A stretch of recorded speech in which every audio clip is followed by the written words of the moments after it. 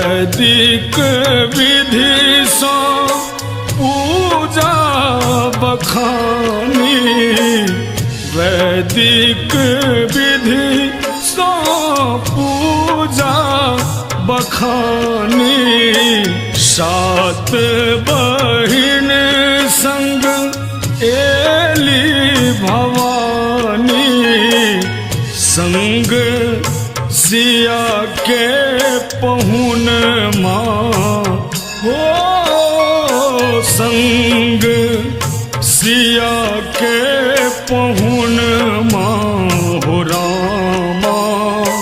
चित शुभ दिन माँ आयल अम्ब अंगन माँ हो रामा।